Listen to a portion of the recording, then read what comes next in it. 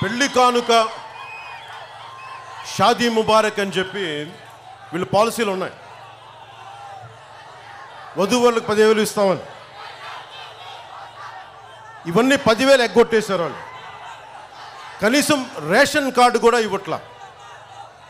నేను కోరుకుంటుంది ఒకటే, పెళ్ళైన వాళ్ళు ఇంట్లో ఉంటే, కొత్తగా పెళ్ళైన దంపతులు ఒకటే ఇంట్లో ఉంటే కనీసం వాళ్ళకి రేషన్ కార్డు తీసుకోవాలి అంటే, మీరు మీ ఇంట్లో ఉన్నారు కదా, మీ అమ్మానంత పట్టున్నారు కదా, మీకు ఇవ్వలేమని. అలాంటి వాళ్ళకి జనసేన ప్రభుత్వం వస్తే రేషన్ కార్డు, అలాగే మీ మ్యారేజ్ రిజిస్ట్రేషన్ పత్రంతో పాటు రేషన్ కార్డు కూడా ఇంటికే తీసుకొచ్చి మీకు ఇచ్చించే బాధ్యత జనసేన పార్టీ.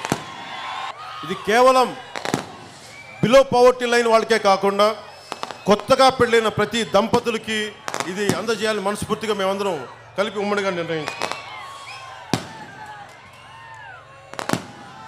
అలాగే గృహ నిర్మాణానికి కూడా ప్రయారిటీ ప్రకారం కొత్త దంపతులకి ఖచ్చితంగా ఇవ్వాలని మా నాయకులందరూ కూర్చొని మేము దీని మీద ఒక నిర్ణయం తీసుకున్నాం.